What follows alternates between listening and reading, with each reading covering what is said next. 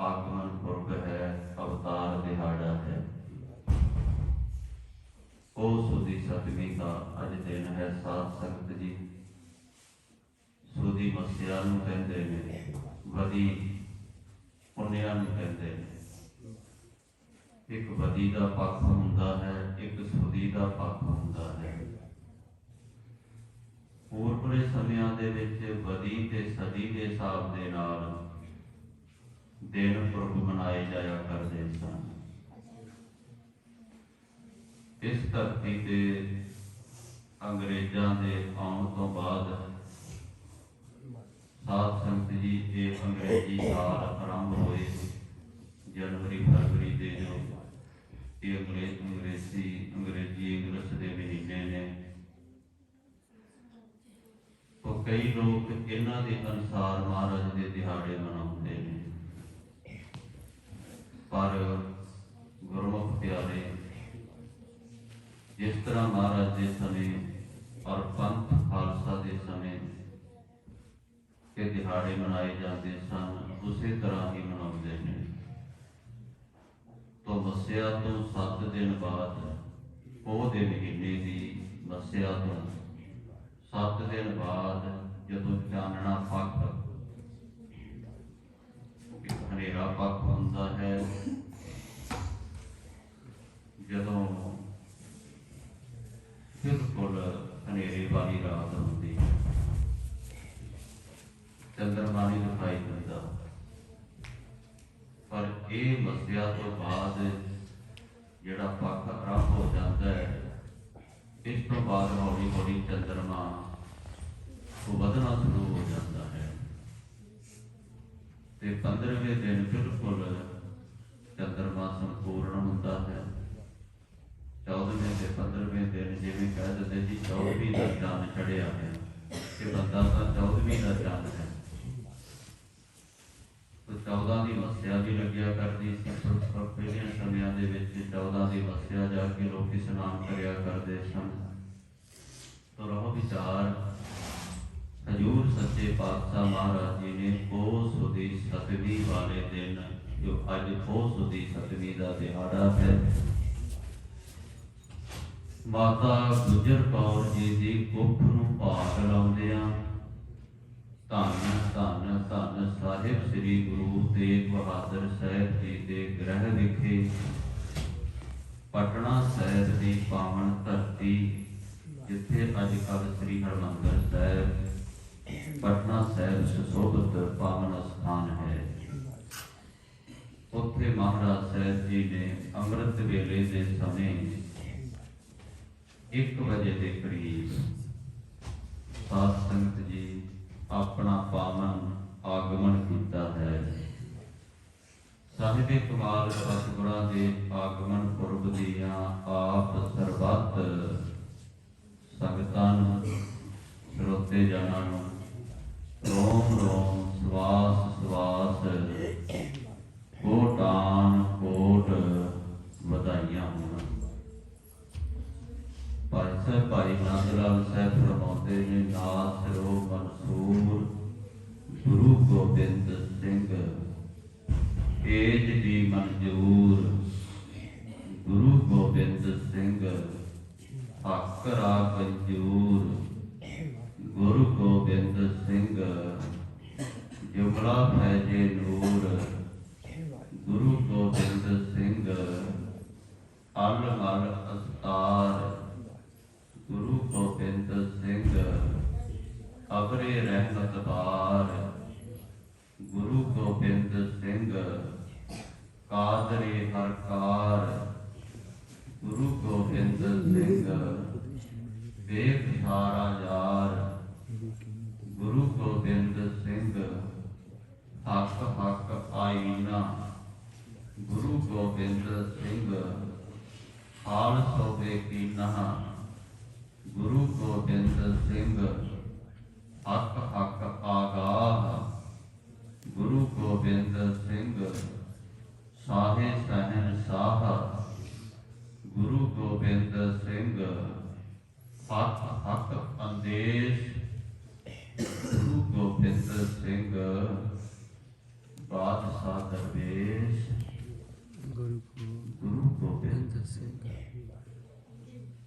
ਕਿਹੜੀ ਖੂਬੀ ਨਹੀਂ ਸਾਹਿਬ ਸ੍ਰੀ ਗੁਰੂ ਗੋਬਿੰਦ ਸਿੰਘ ਸੱਚੇ ਪਾਤਸ਼ਾਹ ਜੀ ਦੇ ਵਿੱਚ, ਕਿਹੜਾ ਗੁਣ ਨਹੀਂ ਹੈ ਸਾਧ ਸੰਗਤ ਜੀ।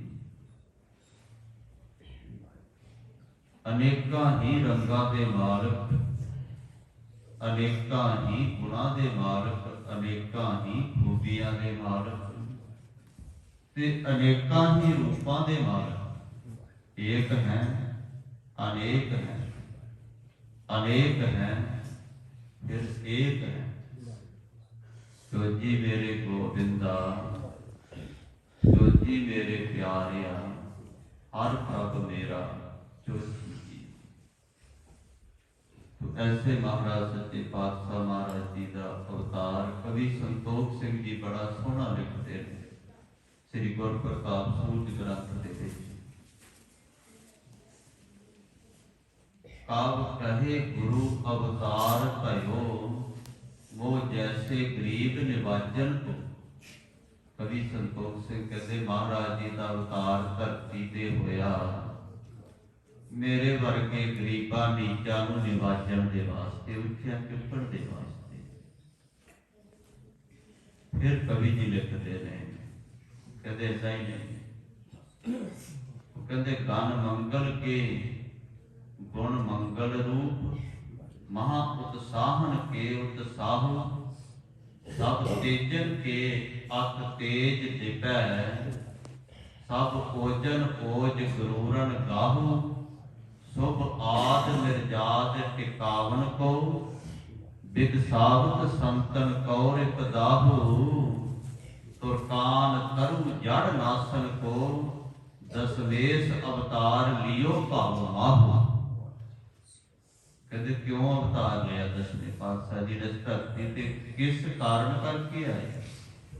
तो एक कवित विच भाई साहब ने बहुत कुछ लिख दिता, जिवें दसवें पातशाह जी ने आप अपनी आत्म कथा दे विच लिखिया है ना, अपने आउण दा कारण और अपना पूर्व तप दा भी सारा जिक्र कर दिता महाराज। कोई ऐसा संसार विच नहीं होया जिन्हें अपनी आत्म कथा लिखी होवे। बड़े बड़े ऋषि मुनि तपस्वी जन पैगंबर अवतार धरती ते औलिए आए, पर किसी ने भी अपने आउण दा कारण जां पूर्वली कथा नहीं लिखी। महापुरुष संत ज्ञानी गुरबचन सिंह खालसा जी ने गौड़ी राग दे विच एक शब्द आउंदा है, आपे ताप तापै प्रभ साईं। आप ही तप नूं तापदा है, परमात्मा आप ही तप करदा है, तप करन दी जाच सिखाउंदा है। साहिब श्री गुरु गोबिंद सिंह सच्चे पातशाह जी ने बहुत लंबा समा पहला हजूर साहिब की धरती ते दसदे ने 1 लाख बड़ा तप किया। 1 लाख बड़ा हजूर साहिब की धरती ते, जिथे भगौड़ साहिब वाला स्थान है ना, इत्थे कसाईयां दा गढ़ होंदा सी। कसाईयां दा ते कसाई गौवां दा कतल करया करदे सन रोज। फिर महाराज साहिब जी ने दुष्ट दमन रूप धार के 28,000 कसाईयां नूं वढिया, सूरबीर बन के। पहला हजूर साहिब की धरती ते तप कीता, 28,000 कसाईयां नूं मारिया, उन्हां दे नाल जंग करके साध संगत जी। उस तो बाद 11,000 वरा आप जी ने धर्म का राज किया उसे धरती ते।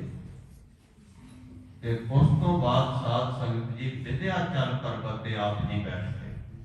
विंध्याचल पर्वत पे जदों देवी ने सहायता मंगी थी ना, दैंतां दे नाल युद्ध करते हैं, फिर महाराज सच्चे पातशाह जी ने उत्थे अपना रूप प्रगट करके दसवें पातशाह जी ने गुरमुखों 16 नील दैत नाश कीते। 16 नील, 16 के नाल 16 ही जीरो पा देइए ना, जिन्नी गिनती बनती आप हिसाब ला लईए। एक तो गिनती करोड़, अरब, खरब, असंख, नील गिनती तो परे, क्योंकि वो समय दैनता का सी। जब पहले हम श्रेष्ठ उपाय दुष्ट रचे दायक दुखदाई, 10वें पातशाह महाराज जी ने सारा लिखे कि दैत दुखदायक दुख देने वाले लोगों को वो रचे जो सृष्टि बनाई परमात्मा ने। तेज हम तनक तमक वो खापे, ते कुछ बल बवरे हुए गए, परम पुरख को पूजत रहे। वो अपने बाहां के बल के नाल गौड़े झल्ले हो गए, पागल हो गए। ते हम तमक तनक वो खापे, बहुता समा नहीं लाया, कहते खाप दिते, नाश कर दिते, खत्म कर दिते। उस तो बाद साध संगत जी जिहड़ा हेमकुंट साहिब वाला पावन स्थान है ना, उस स्थान से मेरे हजूर चौकड़ा ला के बैठ गए ने। अब हम अपनी कथा बखानो, तब साध तजे विद मोहि आनो। हेमकुंट पर्वत है जहाँ, सप्त श्रृंग शोभत है तहाँ। तह हम अधिक तपस्या साधी, महाकाल काल का आराधी। महाकाल जिहड़ा परमात्मा है ना, कालां दा भी काल करन वाला, इत्थे काल का नहीं है। कई कहते जी काल का भी नहीं, कालां दा काल करन वाला जिहड़ा काल को काल निरंजन जचना। काल का काल निरंजन जचना, सवैयां विच भी बाणी विच श्री गुरु ग्रंथ साहिब विच भी वचन आउंदा। काल का काल, कालां दा काल करन वाला निरंजन परमात्मा महाकाल, ਉਹਦੇ ਆਰਾਧੀ ਬਣੇ, ਉਹਦੀ ਆਰਾਧਨਾ ਕੀਤੀ, ਉਹਦਾ ਧਿਆਨ ਲਾਇਆ। ਇਹ ਵਿਦ ਕਰਤ ਤਪੱਸਿਆ ਭਇਓ, ਦੁਰਾ ਤੇ ਏਕ ਰੂਪ ਹੋਏ। ਸੋ ਸਾਧ ਮਾਸ ਮੁਰਖ ਲਖ ਅਰਾਧਾ, ਬਹੁ ਵਿਦ ਜੋਗ ਸਾਧਨਾ ਸਾਧਾ। ਕਿਸੇ ਨੇ ਮੈਨੂੰ ਸਵਾਲ ਕੀਤਾ ਸੀ ਬਾਹਰ ਕਿ ਭਾਈ ਸਾਹਿਬ ਜੋਗ ਸਾਧਨਾ ਸਾਧਾ ਇਹਦਾ ਕੀ ਮਤਲਬ ਹੈ? ਤਾਤ ਮਾਤ ਮੁਰ ਅਲਖ ਅਰਾਧਾ, ਮੇਰੇ ਪਿਤਾ ਨੇ ਮੇਰੀ ਮਾਤਾ ਨੇ ਮੈਨੂੰ ਯਾਦ ਕੀਤਾ, ਪਰਮਾਤਮਾ ਨੂੰ ਅਰਾਧਿਆ। ਯਾਦ ਕਰਨ ਤੋਂ ਭਾਵ ਸੁਪੁੱਤਰ ਦੀ ਪ੍ਰਾਪਤੀ ਵਾਸਤੇ। ਦੇਖੋ 30 ਸਾਲ ਹੋ ਗਏ ਸਨ ਮਾਤਾ ਗੁਜਰ ਕੌਰ ਜੀ ਦੇ ਆਨੰਦ ਕਾਰਜ। 30 ਸਾਲ ਬਾਅਦ ਮਹਾਰਾਜ ਵਿਆਹ ਤੋਂ 30 ਸਾਲ ਬਾਅਦ ਮਾਤਾ ਗੁਜਰ ਕੌਰ ਦੀ ਕੁੱਖ ਵਿੱਚ ਆਏ। कितना लंबा सिलक है, कितना सबर है उस माता का, साडी माता का। 30 साल तक एक बार भी मुख विचों नहीं कहा कि पति सतगुरु बाकियां दियां गोदा हरियां कर दे, मेरी क्यों सखड़ी है, मेरे से कृपा क्यों नहीं करते। साजनो तू मीत मेरा, गृह तेरा सबके हो। मान मांगो तान मांगो, धन लक्ष्मी सुत दे। एक बार भी मुख तो नहीं गया साध संगत जी। कारण की कि माता गुजरी एक रंगी हुई रूप, रंगी हुई आत्मा। कोई थोड़ी जी तपस्या भगती नहीं उस मां की। जेड़ी मां एक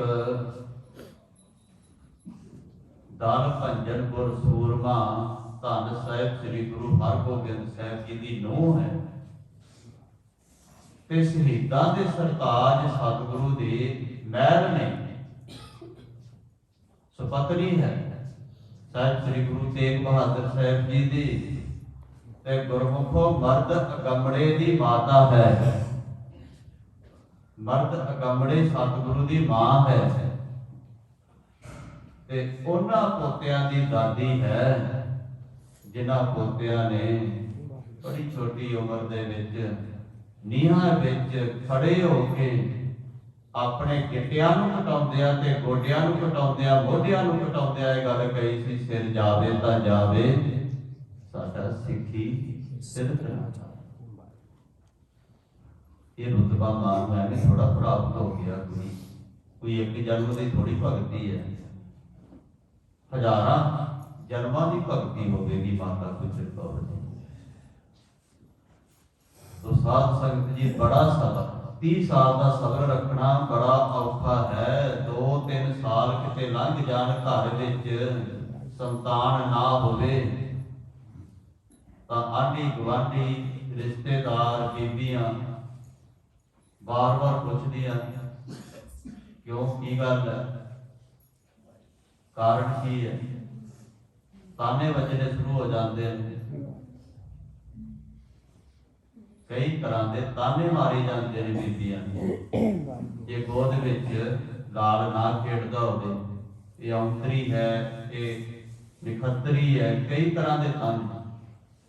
ਪਰ ਧੰਨ ਮਾਤਾ ਨਾਨਕੀ ਗੁਰਮੁਖੋ, ਜਿਸ ਨੇ ਆਪਣੀ ਨੂੰਹ ਨੂੰ 30 ਸਾਲ ਵਿੱਚ ਇੱਕ ਵੀ ਵਚਨ ਨਹੀਂ ਕਿਹਾ, ਇੱਕ ਵੀ ਕੌੜਾ ਵਚਨ ਨਹੀਂ ਕਿਹਾ। ਸਾਹਿਬ ਸ੍ਰੀ ਗੁਰੂ ਹਰਗੋਬਿੰਦ ਸਾਹਿਬ ਜੀ ਦੇ ਮਹਿਰ ਮਾਤਾ ਨਾਨਕੀ 15 ਸਾਲ ਬਾਅਦ 6ਵੇਂ ਪਾਤਸ਼ਾਹ ਜੀ ਆਏ ਸਨ। ਮਾਤਾ ਗੰਗਾ ਜੀ ਦੇ ਕੁੱਖ ਵਿੱਚ 30 ਸਾਲ ਬਾਅਦ ਵੇਖ ਲੋ 10ਵੇਂ ਪਾਤਸ਼ਾਹ ਜੀ ਗੁਰਮੁਖ ਆਏ। ਯੋਗ ਸਾਧਨਾ ਦੀ ਮੈਂ ਬੇਨਤੀ ਕਰ ਰਿਹਾ ਸਾਂ, ਮਾਤਾ ਗੁਜਰ ਕੌਰ ਜੀ ਜਿਵੇਂ ਜੋਗੀ ਲੋਕ ਸਵਾਸਾਂ ਦੇ ਨਾਲ ਜਪਦੇ ਨੇ ਨਾ, ਉਹ ਆਪਣਾ ਮੰਤਰ ਜਪਦੇ ਨੇ, ਪਤਾ ਨਹੀਂ ਓੰਕਾਰ ਜਪਦੇ ਕਿ ਕਿਹੜਾ ਮੰਤਰ ਜਪਦੇ, ਇਹ ਜੋਗੀਆਂ ਨੂੰ ਪਤਾ। ਕੋਈ ਓਮ ਕਹਿੰਦਾ ਹੈ, ਕੋਈ ਜੋਗਮ ਕਿਸ ਤਰ੍ਹਾਂ ਦਾ ਮੰਤਰ ਹੋਵੇਗਾ। ਪਰ ਮਾਤਾ ਜੀ ਨੇ ਸਵਾਸਾਂ ਦੇ ਨਾਲ, ਜਿਵੇਂ ਜੋਗੀ ਲੋਕ ਸਵਾਸਾਂ ਨਾਲ ਜਪਦੇ ਨੇ, ਫਿਰਤੀ ਨੂੰ ਟਿਕਾ ਕੇ 10ਵੇਂ ਦਵਾਰ ਦੇ ਵਿੱਚ ਇਸ ਤਰ੍ਹਾਂ ਜਪਜੀ ਸਾਹਿਬ ਦਾ ਅਭਿਆਸ ਲਗਾਤਾਰ ਕੀਤਾ ਸੀ। ਮਾਤਾ ਗੁਜਰ ਕੌਰ ਲਗਾਤਾਰ ਜਪਜੀ ਸਾਹਿਬ ਦਾ ਅਭਿਆਸ ਤੁਸੀਂ ਕਰਕੇ ਦੇਖੋ, ਕਿਤੇ ਨਾੜਾਂ ਨਹੀਂ ਕੱਸੀਆਂ ਜਾਂਦੀਆਂ, ਜ਼ੋਰ ਨਹੀਂ ਲੱਗਦਾ। ਜਦੋਂ ਕਿਤੇ ਬਿਰਤੀ ਨੂੰ ਟਿਕਾ ਕੇ, ਸੁਰਤ ਉੱਪਰ ਟਿਕਾ ਕੇ, ਫੁਰਨੇ ਰੋਕ ਕੇ ਜਪਜੀ ਸਾਹਿਬ ਦਾ ਪਾਠ ਜੋਗੀਆਂ ਦੇ ਵਾਂਗ ਸਵਾਸ ਚੜਾ ਕੇ ਕਰੀਏ, ਬੜਾ ਔਖਾ ਹੈ। ਮਾਤਾ ਗੁਜਰ ਕੌਰ ਜੀ ਨੇ ਇਹ ਯੋਗਾ ਅਭਿਆਸ ਜਪਜੀ ਸਾਹਿਬ ਦੇ ਨਾਲ ਕੀਤਾ, ਇਸ ਕਰਕੇ ਯੋਗ ਸਾਧਨਾ ਲਿਖੀ ਹੈ। ਇਹਦਾ ਭੇਦ ਸੰਤ ਗਿਆਨੀ ਗੁਰਬਚਨ ਸਿੰਘ ਖਾਲਸਾ ਜੀ ਨੇ ਖੋਲਿਆ ਹੈ। ਉਹ ਲਿਖਦੇ ਨੇ, ਸ੍ਰੀ ਗੁਰੂ ਤੇਗ ਕੇ ਬਹਾਦਰ ਜੋ ਸਾਦਰ ਭਾਈ। ਹੁਣ ਬਾਹਰ ਬੈਠ ਕੇ ਬੰਦ ਕਰ ਦਿਓ। ਸ੍ਰੀ ਗੁਰੂ ਤੇਗ ਬਹਾਦਰ ਜੋ ਸਾਦਰ ਹੈ, अलख अगम निज रूप को आराध्या, मात गुजरी जोग साधना को साध श्री जप बाणी ताई हृदय में आराध्या। संत ज्ञानी गुरबचन सिंह खालसा जी लिखते हैं। और उस तो बाद ये कोई 1 साल नहीं, 2 साल नहीं, 26 साल महाराज रहे ने बाबा बकाला साहब के भोरा साहब वाले स्थान से। जिथे माता गुजर कौर जी उन्हों का जल पानी प्रसादा पानी हथी तैयार करके उन्होंने सेवा करया करते, बाकी का जिहड़ा समा हुंदा सी वो भी चौंकड़ा ला के जपजी साहिब का अभ्यास करया करते सन। एवें थोड़े मर्द अगमले आए ने उन्होंने कुख विच, सुरियाम अकेला कलगीधर पातशाह जी, साध संगत जी, जदों महाराज आनंदपुर साहिब नूं वसा के माता नानकी ਚੱਕ ਦੇ ਨਾਂ ਤੇ पटना साहिब की संगत पूर्व की संगत याद कर रही थी। नावे पातशाह अपने गुरसिखां दे समेत भाई मती दास, भाई सती दास, भाई दयाल दास, भाई गुरदित्ता जी, भाई उदा जी वर्गे गुरसिख, भाई जैता जी वर्गे गुरसिख, भाई गुरबख्श सिंह वर्गे गुरसिख, इन्हां सबना नूं नाल लैके साध संगत जी पूर्व वल गए ने। पूर्व की यात्रा जो की उदों इत्थों भी होंदे गए ने महाराज सच्चे पातशाह जी, पटियाले थानी इधर के सारे इलाकों में महाराज तारते गए हैं। तो इधर महाराज साहब सच्चे पातशाह जदों संगतां नूं तारते हुए प्रयागराज तीर्थ ते पहुंचे ने नवें पातशाह जी, उत्थे जोगियां ते साधुआं दीयां जमातां नूं महाराज जी ने निहाल कीता है। बड़े सवाल उन्होंने किए, बाणी दे विच उन्होंने जवाब दिते। जदों उन्होंने पूछा महाराज मन क्यों नहीं टिकता, परम अवस्था प्राप्त क्यों नहीं होती, आत्मिक रस विच बिरती क्यों नहीं भेजती, ਤਾਂ ਹਜ਼ੂਰ ਨੇ ਕਿਹਾ ਸੀ, ਸਾਧੋ ਮਨ ਕਾ ਮਾਨ ਤਿਆਗੋ, ਕਾਮ ਕ੍ਰੋਧ ਸੰਗਤ ਦੁਰਜਨ ਕੀ, ਤਾਤੇ ਅਹਿਨ ਸੁਭਾਗੋ। ਸਾਧੋ ਤਪੱਸਿਆ ਤੇ ਕਰਦੇ ਪਰ ਮਾਨ ਨਹੀਂ ਛੱਡਦੇ, ਤੁਸੀਂ ਹੰਕਾਰ ਨਹੀਂ ਤਿਆਗਦੇ, ਹੰਕਾਰ ਨੂੰ ਤਿਆਗ ਦਿਓ, ਮਾਨ ਨੂੰ ਤਿਆਗ ਦਿਓ। ਤਿਆਗੀ ਹੈ ਗੁਮਾਨ ਮਾਨ, ਵੇਖੀ ਹੈ ਦਿਆਲ ਲਾਲ। ਜਦੋਂ ਇਹ ਗੁਮਾਨ ਹੰਕਾਰ ਸਭ ਛੱਡਿਆ ਜਾਵੇਗਾ, ਫਿਰ ਦਇਆਲ ਵੀ ਪ੍ਰਗਟ ਸਾਹਮਣੇ ਹੋ ਜਾਵੇਗਾ। ਬਸ ਇਹ ਪੜਦਾ ਹੀ ਮਾਨ ਹੈ, ਹੰਕਾਰ ਹੀ ਪੜਦਾ ਹੈ। ਸੂਖਮ ਤੋਂ ਸੂਖਮ ਵੀ ਹੰਕਾਰ ਦਾ ਪੜਦਾ ਵਿਅਥ ਪਾ ਦਿੰਦਾ ਹੈ ਗੁਰਮੁਖੋ, ਨਹੀਂ ਪ੍ਰਗਟ ਹੋਣ ਦਿੰਦਾ। ਬੜਾ ਔਖਾ ਹੈ। ਸਾਡੇ ਅੰਦਰ ਤਾਂ ਵੱਡੇ ਤੋਂ ਵੱਡਾ ਹੰਕਾਰ ਬੈਠਾ ਹੈ, ਤੇ ਤਾਂ ਸੂਖਮ ਤੋਂ ਸੂਖਮ ਹੰਕਾਰ ਦੀ ਦੂਰੀ ਪਾ ਦਿੰਦਾ ਹੈ। ਹਾਉ ਹਾਉ ਭੀਤ ਭਇਓ ਹੈ ਬੀਜੋ, ਸੁਣਤ ਦੇਸ ਨਿਕਟਾਇਓ, ਭਾਂਧੀਰੀ ਕੇ ਪਾਤ ਪਰ ਦੋ, ਬਿਨ ਪੇਖੇ ਦੀ ਦਾ ਦੂਰ ਆਇਓ।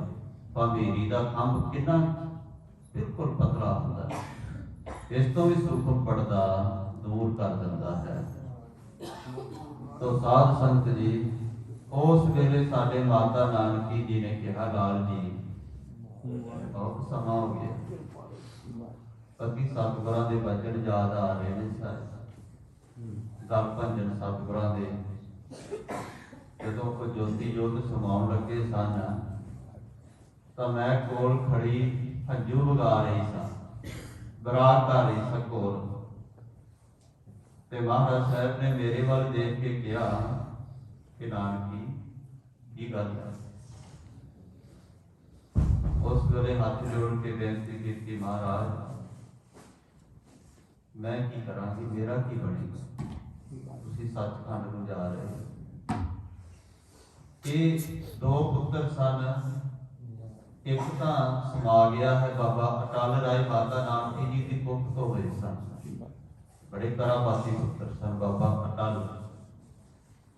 ਇੱਕ ਇਹ ਪੁੱਤਰ ਹੈ, ਇਹ ਬੜਾ ਵਿਰਾਗਵਾਨ, ਪਿਆਰ ਦੇ ਵਿੱਚ ਰਹਿੰਦਾ, ਕੋਈ ਦੀਨ ਦੁਨੀਆ ਦਾ ਮੋਹ ਨਹੀਂ ਹੈ, ਮਸਤ ਬਿਰਤੀ ਹੈ। ਮੇਰਾ ਨਿਰਵਾਹ ਕਿਵੇਂ ਚੱਲੇਗਾ।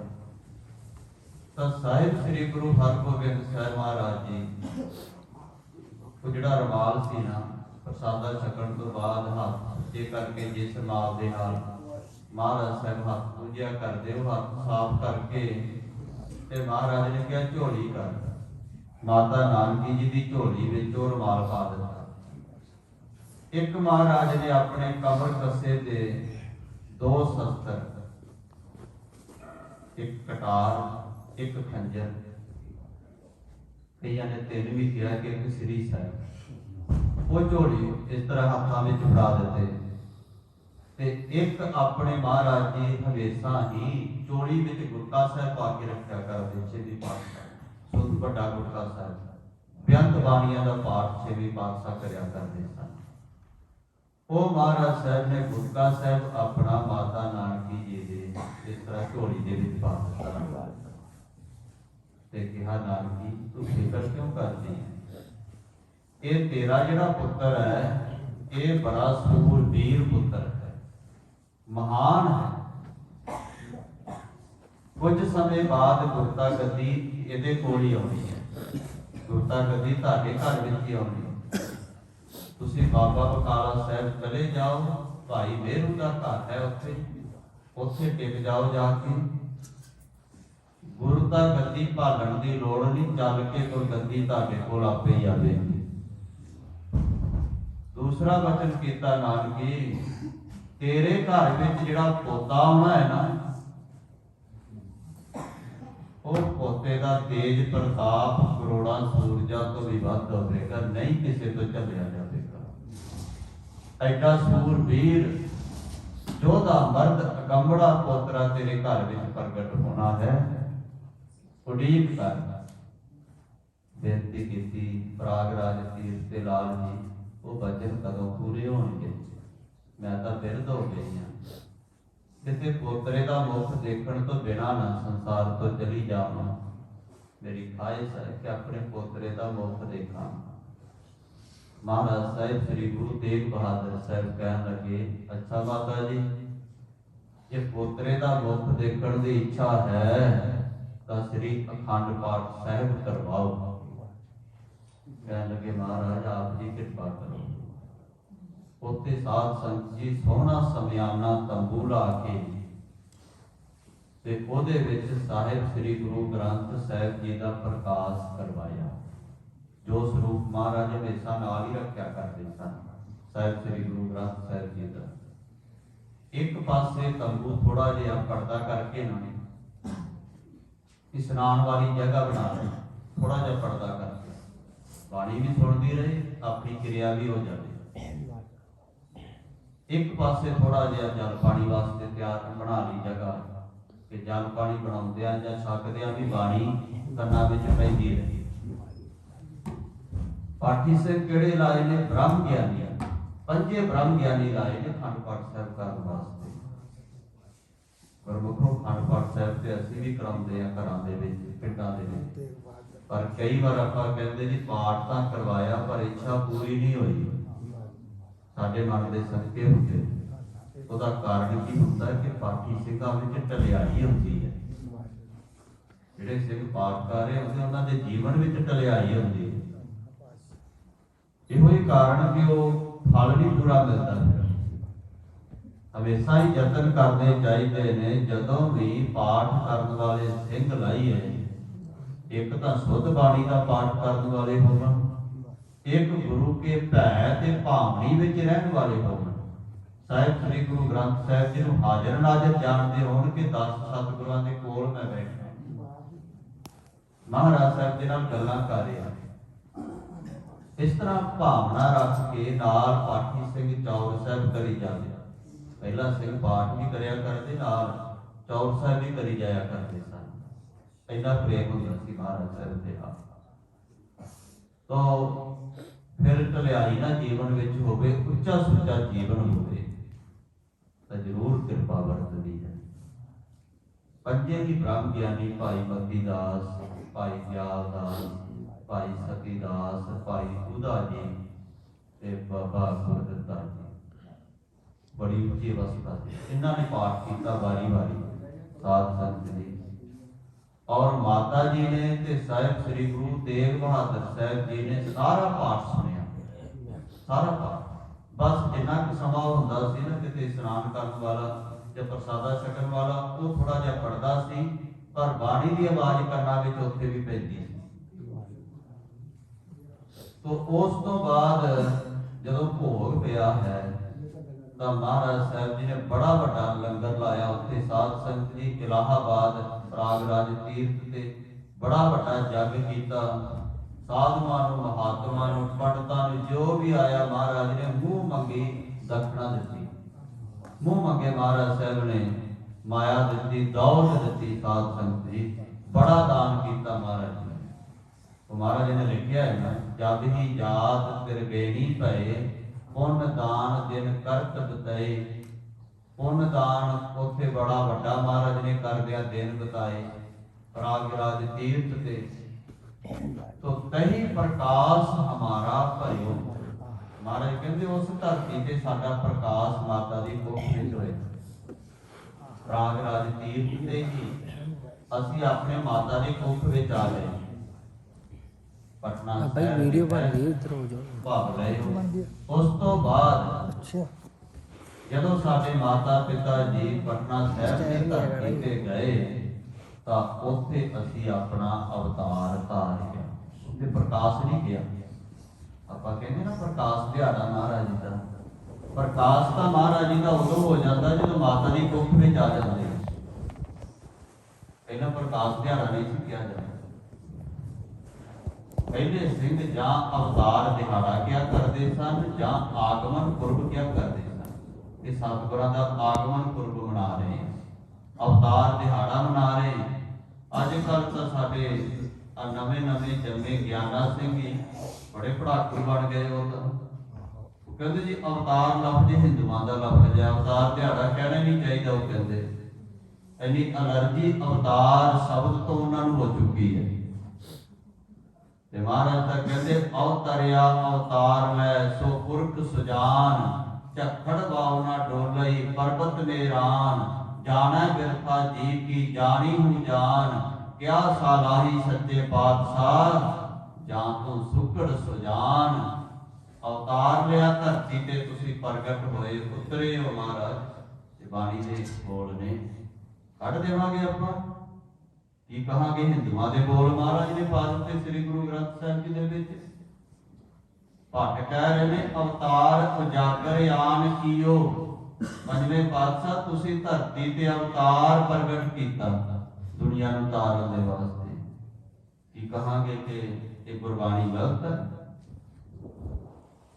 पता नहीं कित्थों इहो जिहा ज्ञान प्रगट हो गया सन। गुरु कृपा करे साध संगत जी, सड़कों तो बच जाइए, वाद विवाद तो बच जाइए। खोजी उपजै सादी बिन सन। जिन्ना बंदा तर्कों में पै जाएगा ना, रस खत्म होगा, कुछ नहीं रहेगा। तो महाराज सच्चे पातशाह जी का आगमन दिहाड़ा, आगमन होया पटना साहिब की धरती से साध संगत जी। ये साल सराय का घर सी जौहरी का, जिथे साहिब श्री गुरु नानक साहब काफी लंबा समा रहे। सच्चे हीरे की परख करने वाला जौहरी इनू बनाया सी। महाराज ने कहा क्यों कलौरा की परख विच लगा रहना है जौहरी, सच्चे हीरे की परख कर। आत्मिक हीरा अपना स्वरूप इन्हें जान लिया सी अपने नौकर के समेत। ते महाराज सच्चे पातशाह गरीब नवाज जदों चलन लगे ने, इन्हें चरण पकड़ ले साल सराय ने, रोन लग पिया, बराग कर लग पिया। महाराज मन नहीं रजिया जी, तृप्त नहीं होया मन, जी नहीं करता महाराज कोल ही रहो। महाराज का प्रेम देख के कहते ने कि जौहरी फिर आवांगे। महाराज फिर कदों आओगे? मैं उड़ीक रखांगा, दस दिओ। महाराज कहते इस जामे च नहीं आवांगे, इस जामे च नहीं आवांगे। आवांगे जरूर, पर एक दो दिन नहीं, एक महीना नहीं रहांगे। तेरे घर दे विच 5 साल रहांगे लगातार, 5 साल। अखां बराग दे नाल भर गईयां। महाराज जो समा कहते तेरी अगली जिहड़ी पीढ़ी होवेगी ना, अगली अंश वंश तेरी होवेगी, वो दर्शन करनगे। 10वां जामा ही असीं तेरे घर विच प्रगट करांगे, अपना 10वां स्वरूप असीं अवतार ही इत्थे धारांगे। गुरमुखो बाकी सतगुरां ने पंजाब की धरती पर आगमन किया, 9 सतगुरां ने। 2 सतगुरां का अवतार कीरतपुर साहिब की धरती पर होया है, ते बाकी सतगुरां का अवतार अमृतसर साहिब की धरती के आले दुआले ते अमृतसर साहिब विच होया है। पर धन गुरु गोबिंद सिंह सच्चे पातशाह महाराज ने देखो कित्थे पटना साहिब जाके अपना पूर्व वाल जाके आगमन किया, किड्डी दूर पंजाब। ये वचन पूरे किए पहले स्वरूप में जो कर रहे थे। और दूसरा साहिब श्री गुरु ग्रंथ साहिब जी की बाणी बड़े ध्यान दे नाल तुसीं पढ़िओ। किते बहुताद शब्द अखर पूर्व की दिशा वाल दे श्री गुरु ग्रंथ साहिब विच पाए ने। महाराज पटने वाले बिहार वाल दे बहुती बोली महाराज साहब ने उधर की श्री गुरु ग्रंथ साहिब दे विच पाई है। साध संगत जी तो रहो विचार, समा नहीं इजाजत दे दिया।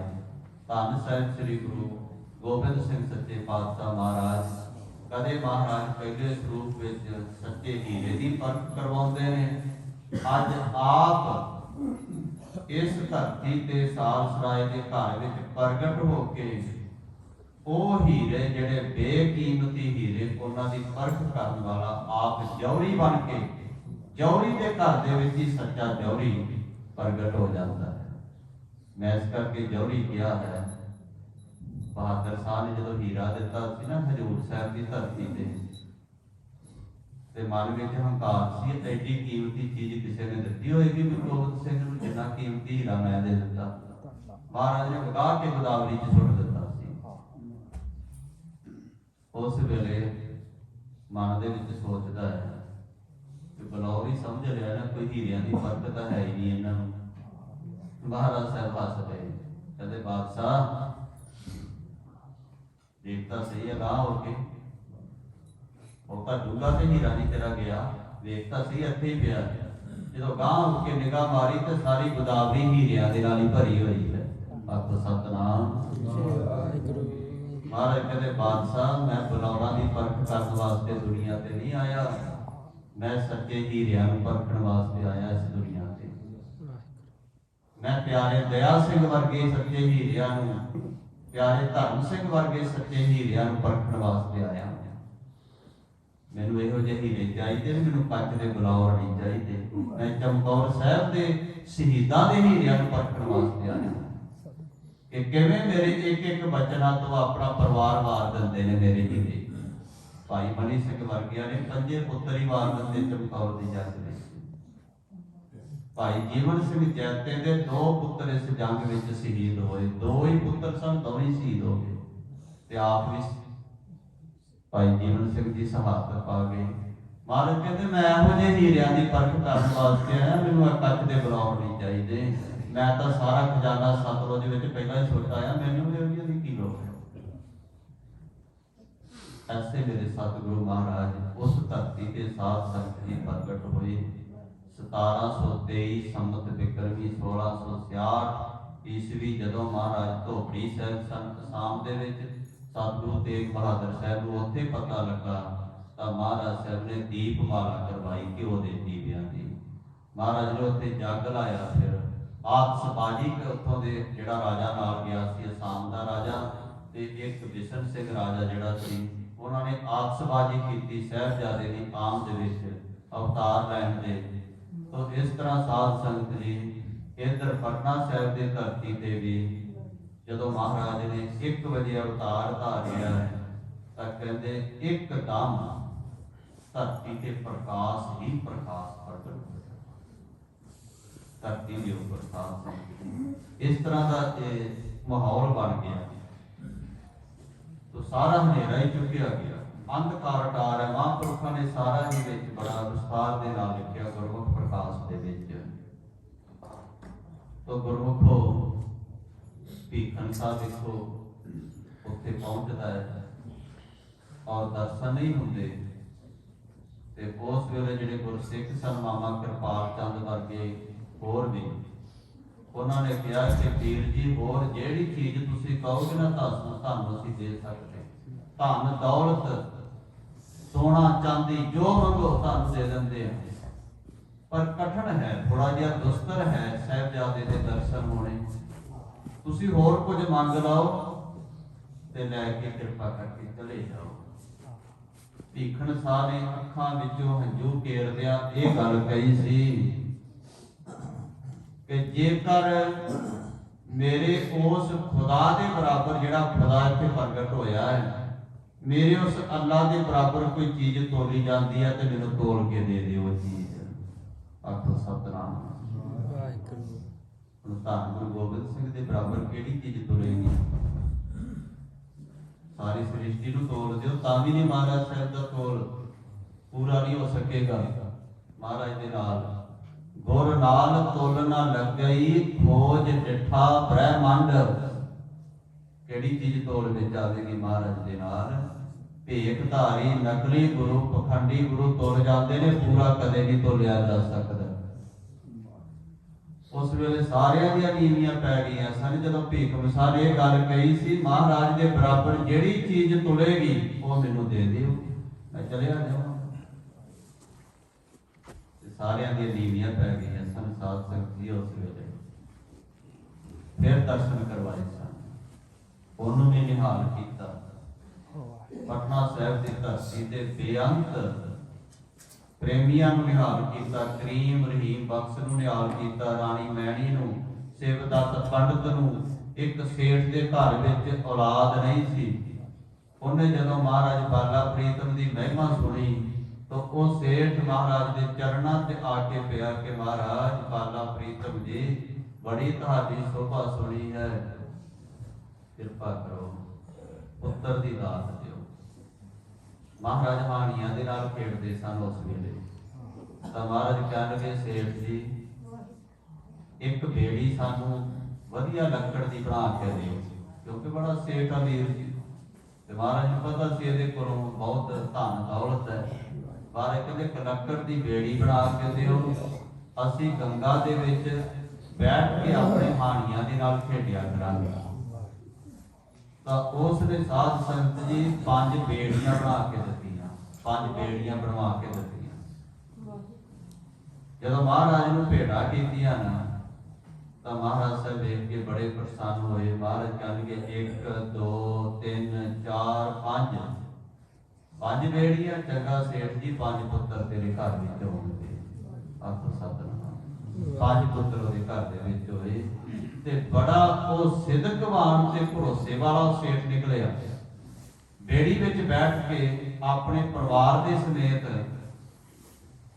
ਇੱਕ ਦਿਨ ਜਦੋਂ ਮਹਾਰਾਜ ਦੇ ਨਾਲ ਸੈਰ ਕਰ ਰਿਹਾ ਸੀ ਤਾਂ ਇੱਕਦਮ ਪਾਣੀ ਚੜ ਕੇ ਆ ਗਿਆ, ਤੂਫਾਨ ਦੇ ਵਾਂਗ ਗੰਗਾ ਦਾ ਪਾਣੀ ਉੱਪਰ ਨੂੰ ਚੜ ਕੇ ਛੱਲਾਂ ਉੱਪਰ ਨੂੰ ਉੱਠਣ ਲੱਗ ਪਈਆਂ। ਬੇੜੀ ਡੋਲ ਗਈ। ਉਸ ਵੇਲੇ ਸਾਧ ਸੰਗਤ ਜੀ ਝੋਲੇ ਖਾਣ ਲੱਗੀ, ਸਾਰੇ ਡਰ ਗਏ। ਘਰ ਵਾਲੀ ਵੀ ਸੇਠ ਦੀ ਡਰ ਗਈ, ਹੋਰ ਵੀ ਬੈਠੇ ਘਬਰਾ ਗਏ।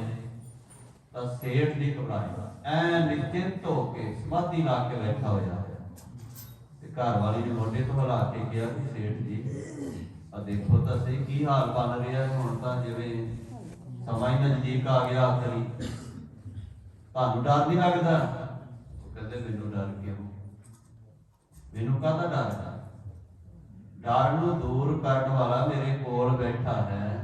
ਗੰਗਾ ਦਾ ਮਾਲਕ, ਸਮੁੰਦਰਾਂ ਦਾ ਮਾਲਕ, ਧਰਤੀ ਦਾ ਮਾਲਕ, ਤਰਲੋਕੀ ਦਾ ਮਾਲਕ, ਜਿਹਦੇ ਹੁਕਮ ਦੇ ਵਿੱਚ ਸਭ ਕੁਝ ਹੈ। ਭੈ ਵਿੱਚ ਪਵਨ ਵਹਿ ਸਦਵਾਓ, ਝੱਖੜ ਹਨੇਰੀਆਂ ਤੂਫਾਨ ਲਹਿਰਾਂ ਜਿਹਦੇ ਹੁਕਮ ਦੇ ਵਿੱਚ ਨੇ। ਜਦੋਂ ਉਹ ਮੇਰੇ ਕੋਲ ਬੈਠਾ ਤੇ ਮੈਨੂੰ ਡਰ ਕਾਹਦਾ?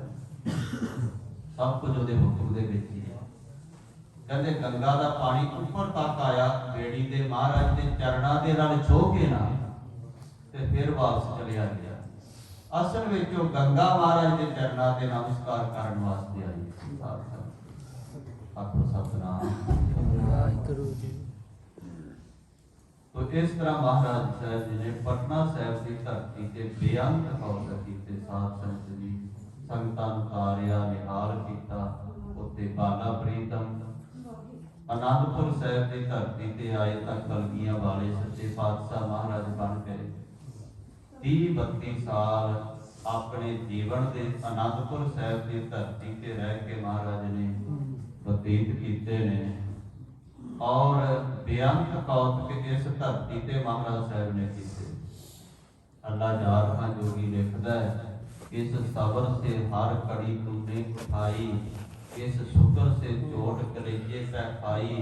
कभी वालद कटाया, कभी औलाद कटाई, किस फिक्र से फांके से लाखों से लड़ाई। हिम्मत से तेरी ता सला 3 लर्ज ते, जुर्त से तेरी ता सब लोग थे 3 लर्ज ते। तेरी हिम्मत नूं वेख के तां वड्डे वड्डे बादशाह भी कम जांदे, चीन तक कंबड़ी छिड़ जाती सी। धन साहिब श्री गुरु गोबिंद सिंह सच्चे पातशाह, केड़ा दुख, केड़ी मुसीबत, केड़ा कष्ट तुसीं अपनी जिंदगी दे विच नहीं हंडाया। कदे पिता नूं तोड़ दिंदे हो, कदे महाराज भूआ दे पुत्तरां नूं शहीद करवा दिंदे हो, कदे सतगुरु जाना तो प्यारे सिंह शहीद होंदे तकदे हो, कदे अपने लाला नूं जंग दे वल तोड़ दिंदे हो थापड़े दे करके। गरीब नवाज आदा ने कभी तुझको संभलने ना दिया था, संभाल ही नहीं कर दिती। पिछले जख्मी ते शहीदां सिंघां नूं अजे संभालिया नहीं, फिर जंग, फिर हमला कर दिता। गुरमुखो 2 देशां दा जंग एक बार होवे तां कई साल लंघ जाते हैं उन्होंने भुलाउण दे विच जां ओह संभाल दे विच लिआउण दे विच। लेकिन धन गुरु गोबिंद सिंह सच्चे पातशाह 2 दिन नहीं सी लंघदे ते फिर फौजा चढ़ के आ जाती है। फिर एडी वड्डी हिम्मत। एक बेनती ना होर करके सभी की कथा दे वल आवां। साध संगत जी, जिहड़ा यूनान दा बादशाह होया है ना सिकंदर, सारी धरती नूं जितण वाला, सिंध नदी दे कोल पैरस दे कोलों जदों हार इनू हुई ਉਸ ਹਾਰ ਦੀ ਨਮੋਸੀ ਦੇ ਵਿੱਚ ਬਿਮਾਰ ਹੋ ਗਿਆ ਤੇ ਵਾਪਸ ਆਪਣੇ ਦੇਸ਼ ਨਹੀਂ ਪਹੁੰਚ ਸਕਿਆ। ਨਦੀ ਨੂੰ ਟੱਪ ਕੇ ਗੁਰਮੁਖੋ 27 ਸਾਲ ਦੀ ਉਮਰ ਦੇ ਵਿੱਚ ਉਸ ਹਾਰ ਤੋਂ ਦੁਖੀ ਹੋ ਕੇ ਉੱਥੇ ਹੀ ਮਰ ਗਿਆ। ਦੂਸਰਾ ਦੁਨੀਆ ਦਾ ਬਾਦਸ਼ਾਹ ਹੋਇਆ ਹੈ ਨੈਪੋਲੀਅਨ। ਪੈਰਿਸ ਤੱਕ ਇਹਦੇ ਘੋੜਿਆਂ ਦੀਆਂ ਟਾਪਾਂ ਦੇ ਆਵਾਜ਼ਾਂ ਜਿਹੜੀਆਂ ਧਮਕਾਂ ਪੈਂਦੀਆਂ ਸਨ। ਦੁਨੀਆ ਨੂੰ ਜਿੱਤਣ ਵਾਲਾ ਨੈਪੋਲੀਅਨ ਬੜਾ ਵੱਡਾ ਬਾਦਸ਼ਾਹ ਹੋਇਆ ਹੈ। ਲੇਕਿਨ ਕਹਿੰਦੇ ਜੰਗ ਸ਼ੁਰੂ ਹੋਇਆ, ਇੱਕ ਬਦਲੀ ਆਈ, ਤੋਪਾਂ ਤਿਲਕ ਗਈਆਂ, ਗੱਲ ਨਹੀਂ ਬਣੀ। ਹਮਲਾ ਐਸਾ ਹੋਇਆ ਕਿ ਆਪਣੇ ਆਪ ਨੂੰ ਸਹਾਰ ਨਹੀਂ ਸਕਿਆ, ਆਪਣੇ ਆਪ ਤੇ ਕੰਟਰੋਲ ਨਹੀਂ ਕਰ ਸਕਿਆ, ਸਰੈਂਡਰ ਕਰ ਦਿੱਤਾ, ਆਪਣੇ ਆਪ ਨੂੰ ਗ੍ਰਿਫਤਾਰ ਕਰ ਦਿੱਤਾ ਬਾਹਾਂ ਖੜੀਆਂ ਕਰਕੇ। ਹਿਟਲਰ ਈਸਾਈਆਂ ਦਾ ਜਿਹੜਾ ਹੋਇਆ ਹਿਟਲਰ, 1 ਕਰੋੜ ਯਹੂਦੀਆਂ ਨੂੰ ਖਤਮ ਕਰਨ ਵਾਲਾ, ਜਰਮਨ ਦੇ ਚੈਂਬਰਾਂ ਦੇ ਵਿੱਚ ਪਾ ਕੇ ਸਾਧ ਸੰਗਤ ਦੀ ਹੀਟਰ ਦੇ ਵਿੱਚ ਤੇ ਕਰੋੜਾਂ ਲੱਖਾਂ ਯਹੂਦੀਆਂ ਦਾ ਖਾਤਮਾ ਕਰਨ ਵਾਲਾ ਹਿਟਲਰ ਜਦੋਂ ਗੁਰਮੁਖੋ ਫੌਜ ਚੜੀ ਇਹਦੇ ਉੱਪਰ, ਇਹਨੇ ਵੇਖਿਆ ਕਿ ਹੁਣ ਮੁਸ਼ਕਲ ਹੈ, ਜੰਗ ਕਰਨਾ ਮੁਸ਼ਕਲ ਹੈ, ਆਪਣੇ ਆਪ ਨੂੰ ਗੋਲੀ ਮਾਰ ਕੇ ਮਰ ਗਿਆ। ਐਡਾ ਵੱਡਾ ਹਿਟਲਰ ਜਿਹੜਾ ਕਹਾਉਂਦਾ ਸੀ ਆਪਣੇ ਆਪ ਨੂੰ ਬੜਾ ਬਹਾਦਰ ਕਹਾਉਂਦਾ ਸੀ, ਕਾਇਰ ਨਿਕਲਿਆ, ਗੋਲੀ ਮਾਰ ਲਈ, ਆਪਣੇ ਆਪ ਨੂੰ ਖਤਮ ਕਰ ਲਿਆ। ਜੇ ਕਿ ਫੌਜ ਉਹਦੀ ਹੈਗੀ ਸੀ, ਫੌਜ ਮਰੀ ਨਹੀਂ ਸੀ। ਨਿਆਜ਼ ਬੇਗ ਜਿਹੜਾ ਪਾਕਿਸਤਾਨ ਦਾ ਜਨਰਲ ਹੋਇਆ ਹੈ, ਇੱਕੋ ਹੀ ਦਬਕਾ ਮਾਰਿਆ। 93,000 ਫੌਜ ਦਾ ਮਾਲਕ ਸੀ ਇਹ, ਜਿਹਦੇ ਕੋਲ ਚੀਨ ਦੇ ਹਥਿਆਰ, ਅਮਰੀਕਾ ਦੇ ਹਥਿਆਰ, ਇੱਕੋ ਹੀ ਦਬਕਾ ਮਾਰਿਆ। ਸਰਦਾਰ ਜਗਜੀਤ ਸਿੰਘ ਅਰੋੜਾ, ਉਹਨੇ ਸਾਧ ਸੰਗਤ ਜੀ ਭਾਰਤ ਦੀ ਫੌਜ ਦੇ ਇਸ ਸਰਦਾਰ ਨੇ ਤੇ ਹੱਥ ਖੜੇ ਕਰ ਦਿੱਤੇ, ਆਪਣੇ ਆਪ ਨੂੰ ਸਰੈਂਡਰ ਕਰ ਦਿੱਤਾ, ਭਾਰਤ ਦੀ ਜੇਲ੍ਹ ਵਿੱਚ ਮਰਿਆ। ਪਰ ਧੰਨ ਸਾਹਿਬ ਸ੍ਰੀ ਗੁਰੂ ਗੋਬਿੰਦ ਸਿੰਘ ਸੱਚੇ ਪਾਤਸ਼ਾਹ ਕੋਲ ਕੇਵਲ 5 ਸਿੰਘ ਬਾਕੀ ਰਹਿ ਗਏ, ਬਾਕੀ ਸਾਰੇ ਸ਼ਹੀਦ ਹੋ ਗਏ। ਇੱਕੋ ਵਾਰ ਫੌਜ ਕਰਕੇ ਹਮਲਾ ਕਰਕੇ ਫੌਜ ਪੈ ਗਈ ਚਮਕੌਰ ਦੀ ਗੜੀ ਵਿੱਚ। ਸੰਧਿਆ ਦਾ ਸਮਾਂ ਹੈ, ਸੂਰਜ ਅਸਤ ਹੋ ਰਿਹਾ ਹੈ, ਹੱਲਾ ਕਰ ਭੀੜ ਆਈ, ਕਿਲੇ ਵੱਲ ਸਾਰੇ ਹੋਏ। ਸ੍ਰੀ ਗੁਰਮੁਖ ਪ੍ਰਕਾਸ਼ ਵਿੱਚ ਧੰਨ ਸਾਹਿਬ ਸ੍ਰੀ ਗੁਰੂ ਗੋਬਿੰਦ ਸਿੰਘ ਮਹਾਰਾਜ ਕਹਿੰਦੇ ਇੱਕੋ ਵਾਰ ਕਹਿੰਦੇ ਫੜ ਲਓ, 5 ਰਹਿ ਗਏ, ਬਸ 4-5 ਰਹਿ ਗਏ, ਹੱਥੋਂ ਹੱਥੀ ਪਕੜ ਲਓ। ਹੱਲਾ ਕਰ ਭੀੜ ਆਈ, ਕਿਲੇ ਵੱਲ ਸਾਰੇ ਹੋਏ, 10,000 ਤੀਰ ਗੁਰ ਬਿੰਨ ਕੇ ਲੰਘਾਇਆ। ਮਹਾਰਾਜ ਨੇ ਉਸ ਵੇਲੇ ਸਾਧ ਸੰਗਤ ਜੀ ਫਿਰ ਥੋੜੀ ਜਿਹੀ ਆਪਣੀ ਹੁਨਰ ਸ਼ਕਤੀ ਵੀ ਦਿਖਾਈ, ਕਲਾ ਵੀ ਦਿਖਾਈ। ਇੱਕ ਤੀਰ 10,000 ਦੇ ਵਿੱਚੋਂ ਦੀ ਕੱਢਿਆ ਉਸ ਵੇਲੇ ਮਹਾਰਾਜ ਸੱਚੇ ਪਾਤਸ਼ਾਹ ਜੀ ਨੇ। ਹਿੰਮਤ ਨਹੀਂ ਹਾਰੀ, ਲੱਖਾਂ ਫੌਜਾਂ ਨੇ ਹੌਸਲਾ ਨਹੀਂ ਟੁੱਟਿਆ। ਪੁੱਤਰ ਸ਼ਹੀਦ ਹੋ ਚੁੱਕੇ ਨੇ ਸਾਹਿਬਜ਼ਾਦੇ, ਤੇ ਮਹਾਰਾਜ ਚਾਹੁੰਦੇ ਕਿ ਆਪਾਂ ਕੀ ਲੈਣਾ, ਆਪਾਂ ਵੀ ਲਾਹ ਲਈਏ, ਆਪਾਂ ਵੀ ਜੰਗ ਵਿੱਚ ਬਾਹਰ ਨਿਕਲ ਕੇ ਆਪਾਂ ਵੀ ਸਾਥ ਪ੍ਰਾਪਤ ਕਰੀਏ। ਪਰ ਮਹਾਰਾਜ ਨੇ ਦੇਖਿਆ ਜਿਹੜੇ ਆ ਰਹੇ ਨੇ ਇਹਨਾਂ ਨੂੰ ਥੋੜੇ ਜਿਹੇ ਖਾਲਸੇ ਦੀ ਤੇਗ ਦੇ ਤੇ ਤੀਰਾਂ ਦੇ ਵੀ ਜੋਰ ਦਿਖਾ ਦਈਏ। ਉਹ ਜਦੋਂ ਮਹਾਰਾਜ ਨੇ ਇੱਕ ਤੀਰ ਛੱਡਿਆ, 10,000 ਨੂੰ ਵਿੰਨ ਕੇ ਲੰਘਿਆ ਤੇ ਬਾਕੀ ਪਿੱਛੇ ਨੂੰ ਭੱਜੇ। ਹੱਥ ਕਰਦੇ ਜਦੋਂ ਡਿੱਗੇ ਨਾ, ਜਿਵੇਂ ਦਰਖਤ ਡਿੱਗਦੇ ਨੇ, ਤੁਸੀਂ ਦੇਖੋ ਜਦੋਂ 10,000 ਬੰਦਾ ਇਕੱਠਾ ਡਿੱਗਿਆ ਹੋਵੇਗਾ ਤੇ ਕਿਸ ਤਰ੍ਹਾਂ ਦਾ ਮਾਹੌਲ ਹੋਵੇਗਾ। ਬਾਕੀ ਸਭ ਭੱਜ ਗਏ, ਮੁੜ ਕੇ ਨਹੀਂ ਉਸ ਪਾਸੇ ਵੱਲ ਕਿਸੇ ਨੇ ਧਿਆਨ ਕੀਤਾ ਗੜੀ ਦੇ ਵੱਲ। ਉਸ ਤੋਂ ਬਾਅਦ ਮਹਾਰਾਜ ਜੀ ਨੇ 5 ਪਿਆਰੇ ਸਾਹਿਬਾਨਾਂ ਨੇ ਕਿਹਾ, ਉਹ ਬਚਨ ਮੰਨ ਕੇ ਮਹਾਰਾਜ ਸੱਚੇ ਪਾਤਸ਼ਾਹ ਉੱਥੋਂ ਸਾਧ ਸੰਗਤ ਜੀ ਜਾਂਦੇ ਨੇ। ਔਰ ਦੀਨੇ ਕਾਂਗੜ ਮੈਂ ਬੇਨਤੀ ਕਰ ਰਿਹਾ, ਵੱਡਿਆਂ ਵੱਡਿਆਂ ਦੇ ਲੱਕ ਟੁੱਟ ਗਏ, ਕਿਸੇ ਨੇ ਆਪਣੇ ਆਪ ਨੂੰ ਗੋਲੀ ਮਾਰ ਲਈ ਬਹਾਦਰ ਕਹਾਉਂਦੇ ਹੋਏ। ਦੀਨੇ ਕਾਂਗੜ ਬੈਠੇ ਨੇ ਭਾਈ ਨੰਦ ਲਾਲ ਸਾਹਿਬ ਉੱਥੇ ਪਹੁੰਚਦੇ ਨੇ ਤੇ ਮਹਾਰਾਜ ਜੀ ਦੇ ਚਿਹਰੇ ਦਾ ਜਾਹੋ ਜਲਾਲ ਤੱਕ ਕੇ ਕਿ ਜਿਹੜਾ ਜਾਹੋ ਜਲਾਲ ਆਨੰਦਪੁਰ ਸਾਹਿਬ ਦੀ ਧਰਤੀ ਤੇ ਦੇਖਦੇ ਸਾਂ, ਅੱਜ 4 ਪੁੱਤਰ ਸ਼ਹੀਦ ਹੋ ਚੁੱਕੇ ਨੇ, ਉਹ ਜਾਹੋ ਜਲਾਲ ਅਜੇ ਵੀ ਉਦਾਂ ਹੀ ਹੈ। ਤੇ ਇੱਕ ਬਚਨ ਉਸ ਵੇਲੇ ਅੱਖਾਂ ਵਿੱਚੋਂ ਹੰਝੂ ਕੇਰਦੇ ਹੋਏ ਭਾਈ ਨੰਦ ਲਾਲ ਸਾਹਿਬ ਨੇ ਕਿਹਾ ਸੀ, ਹੱਕ ਹੱਕ ਆਗਾਹ ਗੁਰੂ ਗੋਬਿੰਦ ਸਿੰਘ ਸਾਹੇ ਸਹਿਨਸ਼ਾਹ। ਗੁਰੂ ਗੋਬਿੰਦ ਸਿੰਘ ਧੰਨ ਸਾਹਿਬ ਸ੍ਰੀ ਗੁਰੂ ਗੋਬਿੰਦ ਸਿੰਘ ਸੱਚੇ ਪਾਤਸ਼ਾਹ ਸਹਿਨशाह ਦੇ ਸਹਿਨशाह ਤੁਹਾਡੇ ਵਰਗਾ ਸਹਿਨशाह ਕੌਣ ਹੋ ਸਕਦਾ ਹੈ? ਜਦੋਂ ਇਹ ਬਚਨ ਕਹੇ ਨੇ ਨਾ ਤੇ ਮਹਾਰਾਜ ਜੀ ਗੰਭੀਰ ਜਿਹਾ ਹੋ ਕੇ ਕਹਿਣ ਲੱਗੇ, ਮੈਨੂੰ ਮਤ ਸਹਿਨशाह ਤੁਸੀਂ ਕਹੋ ਸਿੰਘੋ, ਕਿਸ਼ਤਾਂ ਨਾਲ ਤਾਂ ਕਰਜ਼ ਉਤਾਰਿਆ ਮੈਂ। ਆਖੋ ਸਤਨਾਮ। ਮੈਨੂੰ ਸਹਿਨशाह ਕਹਿੰਦੇ ਹੋ ਸਿੰਘੋ, ਜੇ ਮੈਂ ਸਹਿਨशाह ਹੁੰਦਾ ਤਾਂ ਮੈਂ ਇੱਕੋ ਦਿਨ ਹੀ ਕਿਸ਼ਤਾਂ ਲਾਉਂਦਾ, ਇੱਕੋ ਦਿਨ ਹੀ ਆਪਣੇ ਪੁੱਤਰ ਮਾਰਦਾ। ਮੈਂ ਤਾਂ 5 ਦਿਨਾਂ ਦਾ ਵਕਫਾ ਪਾ ਕੇ 2-2 ਕਿਸ਼ਤਾਂ ਤਾਰੀਆਂ ਨੇ। ਮੈਂ ਸਹਿਨशाह ਕਿਵੇਂ ਹੋ ਗਿਆ? ਸਹਿਨशाह ਤਾਂ ਮੇਰਾ ਖਾਲਸਾ। ਆਖੋ ਸਤਨਾਮ। ਕਿੱਥੋਂ ਭਾਗਾ ਗਿਆ ਜੇ ਗੁਰੂ, ਕਿੱਥੋਂ ਲੱਗੂਗਾ ਸਾਧ ਸੰਗਤ? ਕਹਿੰਦੇ ਦੇਸ਼ ਦਾ ਜਦੋਂ ਸਹਾਰਾ ਨਹੀਂ ਸੀ, ਉਦੋਂ ਪਿਤਾ ਇਸ ਦੇਸ਼ ਤੋਂ ਵਾਰਿਆ ਮੈਂ, ਮਾਤਾ ਗੁਜਰੀ ਵਿੱਚ ਸਰਹੰਦ ਗੁਜਰੀ, ਸਮਾਂ ਗੁਜਰਿਆ ਜਿਵੇਂ ਗੁਜ਼ਾਰਿਆ ਮੈਂ। 4 ਕਾਲ ਦਿੱਤੇ ਸਨ ਪਰਮਾਤਮਾ ਨੇ, ਉਹ ਵੀ ਜੋੜਾ ਜੋੜਾ ਕਰਕੇ ਵਾਰਿਆ ਮੈਂ। ਮੈਨੂੰ ਮਤ ਸਹਿਨशाह ਤੁਸੀਂ ਕਹੋ ਸਿੰਘੋ, ਕਿਸ਼ਤਾਂ ਨਾਲ ਤਾਂ ਕਰਜ਼ ਉਤਾਰਿਆ ਮੈਂ। ਇਹ ਸਾਡੇ ਕਿਸੇ ਕਵੀ ਦੇ ਨਹੀਂ, ਮਹਾਰਾਜ ਦੇ ਬੋਲ ਨੇ, ਜਿਹੜੇ ਉਸ ਵੇਲੇ ਕਹੇ, ਜਿਹੜੇ ਗਿਆਨੀ ਸੰਤ ਗਿਆਨੀ ਗੁਰਬਚਨ ਸਿੰਘ ਖਾਲਸਾ ਜੀ ਨੇ ਗੁਰਮੁਖ ਪ੍ਰਕਾਸ਼ ਵਿੱਚ ਲਿਖੇ ਨੇ।